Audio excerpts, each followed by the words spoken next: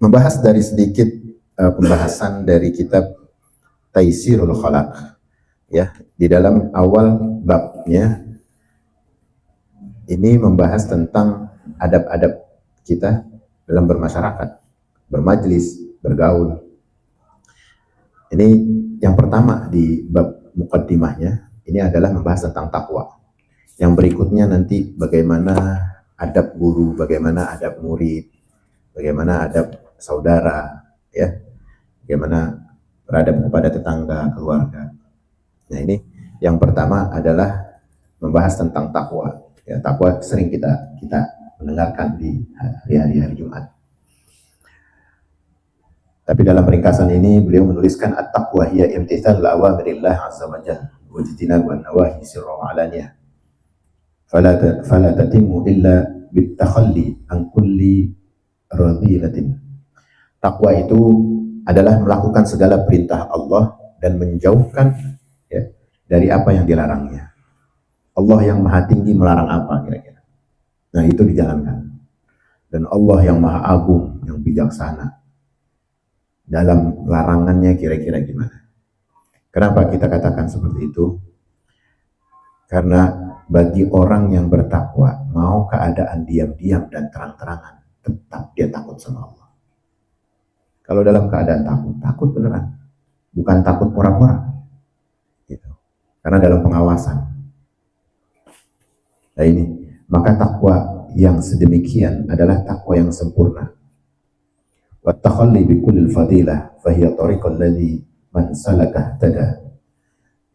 Karena kesempurnaan itu didapat dari dia menjauhi segala keburukan yang menghiasi dirinya dan memenuhi apa dari kebaikan-kebaikan.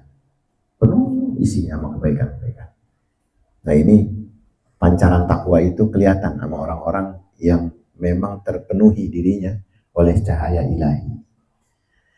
Nah, emang mulai kegosok ruhnya dia. Jadi kalau udah ruh kegosok, pancarannya itu ada sama sikapnya. Ngomongnya udah mulai hati-hati. Gak berani sembarangan ngomong, gak berani sembarangan ngata, gak berani gampang nyakitin orang. Buru-buru dia klarifikasi. Mungkin kalau itu candaan, bukan tuduhan, dia buru-buru. Nah, ini bagian dari pancaran takwa. Yang dulu-dulu bisa jadi bodo amatan, tapi ketika udah mulai ada bobot imannya, bobot takwanya, dia udah mulai ngerem. Karena apa? Karena yang maha agung dan maha tinggi telah memberikannya hidayah, rujuk kembali kepadanya. Itu. Kalau udah petunjuk datang kan takut ngapain aja. Yang salah-salah takut. Dan apapun yang dianjurkan itu pengen aja dikerjain. Bawaannya mau nambahin. Gue pengen jalanin apa yang kata guru kemarin, apa yang kita dengar yang baik kemarin. Pengen aja dijalanin, pengen coba terus mempraktekkan apa yang dia dapat. Misalnya tentang kekhusyuan dalam mendengarkan khutbah. Karena itu bagian dari syarat sahnya kita hadir di dalam Jumat. Ya. Supaya pahalanya kagak hilang, benar-benar kita hadirin. Itu kita pengen praktekin. Nah, ini salah satu pancaran takwanya udah mulai kegosok tuh. Mulai kelihatan. Yang tadinya gulem, kelam, butek, kealingan, ini udah mulai kelihatan tuh. Caranya itu dia ngelawan. Karena dia takut kesempatan yang Allah berikan ini nggak lama lagi. Kita juga bisa kita hitung berapa Jumat lagi kira-kira kita hidup ke depannya. Kita bakal bisa ngitung. Tapi yang ke belakang coba.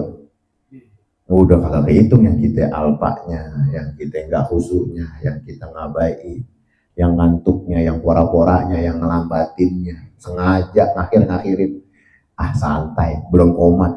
Lah Jumatan nungguin komat. Disengaja ya.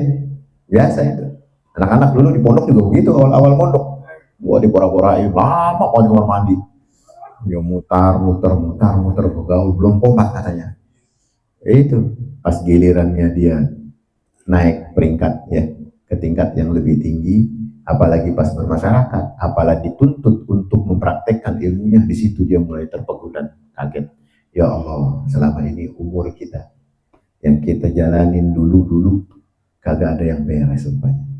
Nah ini ketika kita tahu, kan bakal kehitung ke depan gimana. Dan itu juga kita nggak bisa pastikan. Sampai apa kagak ke Jumat berikutnya. Kita nggak bisa pastiin. Kira-kira kalau Jumat kita tinggal 4 kali aja. Kira-kira kita mau jadiin apa tuh Jumat? Iya, masih banyak minusnya. Tapi kalau kita sungguh-sungguh betul-betul, apa yang kita dengar pengen dipraktekin, bayangin. Allah kalau udah pengen ngangkat derajat seorang yang bertaubat, Allah jadikan masa lalu keburukannya itu apa? Kebaikan. Ini kan anugerah, ya. Udah dikasih kesempatan hidup, udah dikasih kesempatan kita bertaubat, kok masih kita mengabaikan nilai-nilai taubat kita? Kira-kira gimana? Ente hidup di bumi mana? Ente di bawah langit siapa? Kan kudunya mikir. Insyaallah. Ya ini. Wal urwatul wuthqa alladzi man istamsaka biha naja. Takwa adalah suatu jalan yang apabila kita menempuhnya itu, maka akan mendapatkan petunjuk. Dan sebuah tali yang kuat itu sama siapa dia bisa dipegang dan akan kokoh dengannya. Ya, maka dia akan selamat. Siapa yang berpegang famastamsaka naja. Siapa yang berpegang betul sama talian petunjuk takwa itu, maka akan selamat. Kita mau main-main lagi kira-kira. Udah di majlis, udah di khotib, udah di mana? Dengar di tabligh. Kira-kira gimana? Masih mau main-main? Sama kesempatan yang memang Allah berikan sekali, 2 kali, belum ada kepastian ke depannya. Ini nauzubillah, jangan sampai kita tergolong orang-orang yang lalai dan menyia-nyiakan. Nauzubillah. Kita minta, kita harap terus, jangan sampai. Ya. Makanya innallaha yuhibbut tawwabin. Allah senang sama orang-orang yang bertaubat. Ya, bukan berarti kita terus bebas habis begini dari salah, enggak. Tapi terus kita kembali. Juga jangan menganggap bahwa Allah nggak ngampuni dosa kita. Nggak boleh begitu. Kita yakinkan bahwa Allah Ghaffar. Sebesar apapun dosa kita. Tapi setelah ada keyakinan yang memang Allah hapus, jangan gampang dikotori. Kalau salah mah emang tempatnya kita salah. Al-insan ma'al khata' wal nisyan. Kita emang tempatnya salah dan lupa. Tempat wadah gimana sih? Emang sering kotor. Sebagaimana debu yang masuk ke rumah, habis kita sapu kan ini kotor lagi.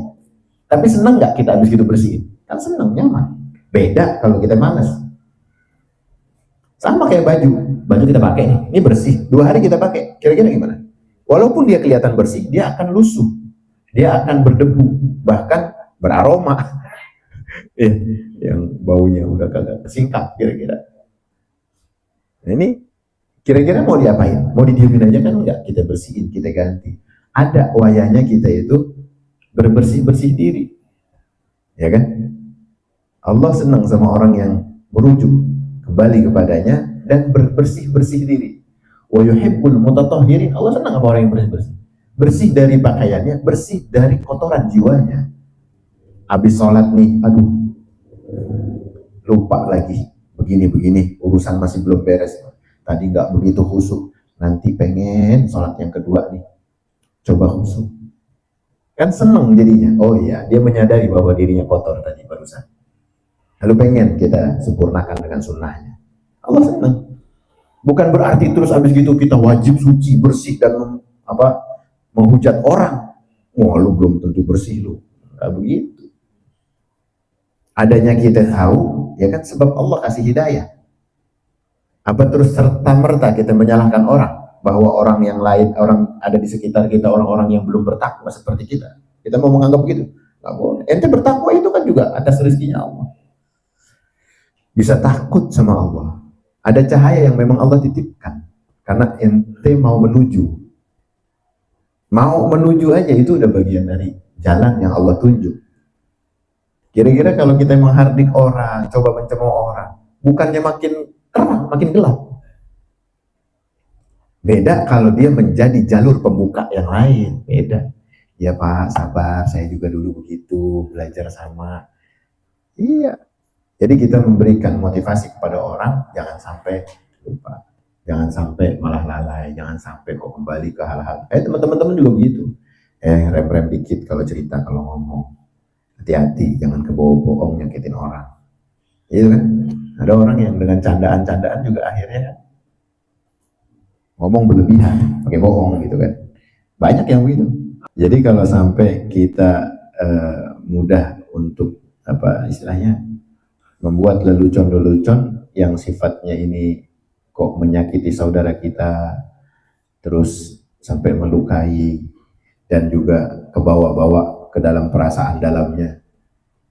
Nah, itu kan beda kasus akhirnya. Akhirnya kita menzolimi orang, qad syatama hadza. Ya, bisa ngerontongin pahala kita itu. Itu. Ini di dalam salah satu fawaidud dakwah dikatakan wa man tarakal kadhib min kulli ahwal wa minha halatil mazah buniyallahu lahu baitan fi wasatil jannah. Siapa yang meninggalkan bohong di dalam segala situasi, ninggalin bohong walaupun dalam keadaan guyon, bercanda, ya, Allah akan membangunkan rumah di tengah-tengah surga. Tuh. Coba. Jadi ada apresiasi dari Allah. Dalam keadaan apapun kita nggak pengen bohong, kita pengen dalam apa kejujuran terus. Ya. Lianna man yahfadhu lisanahu min kulli kadhib ibtigha'a maradatillah wa huwa dhu martabatin 'aliyah. Karena apa? Karena dengan seseorang menjaga lisannya dari hal-hal yang berbau kebohongan, ya, untuk semata minta ridhonya Allah, ini akan dijadikan oleh Allah martabat, derajat yang luar biasa, tinggi, martabatun aliyah, fil akhlaqil hamidah, wa fi taqwallah, di dalam akhlak yang begitu mulia, dan juga di dalam takwanya Allah. Dikasih derajat yang luar biasa, martabatnya tinggi di mata manusia, di mata Allah. Wa amalil bir, dan dalam berbuat kebaikan, gampang berbuat baik akhirnya. Idzarqal qalb wal tazama as-sidq wa majma'a li jumlati kabirah min fadailil khalqiyah wal masalih al-ijtima'iyyah al-alamiyah wal ilmiyah. Jadi kalau emang dia terus menjaga multazim, ya, multazim itu betul-betul menjaga dari kejujuran yang dia punya, yang dia tahu, yang dia usahain, maka Allah akan mengangkat ketinggian derajatnya di tengah-tengah masyarakatnya, di tengah-tengah sosial, di tengah-tengah keadaan ilmunya. Itu makanya tingginya derajat kejujuran. Ini bagian dari amaliyah pancaran takwa kita sama Allah Subhanahu wa ta'ala.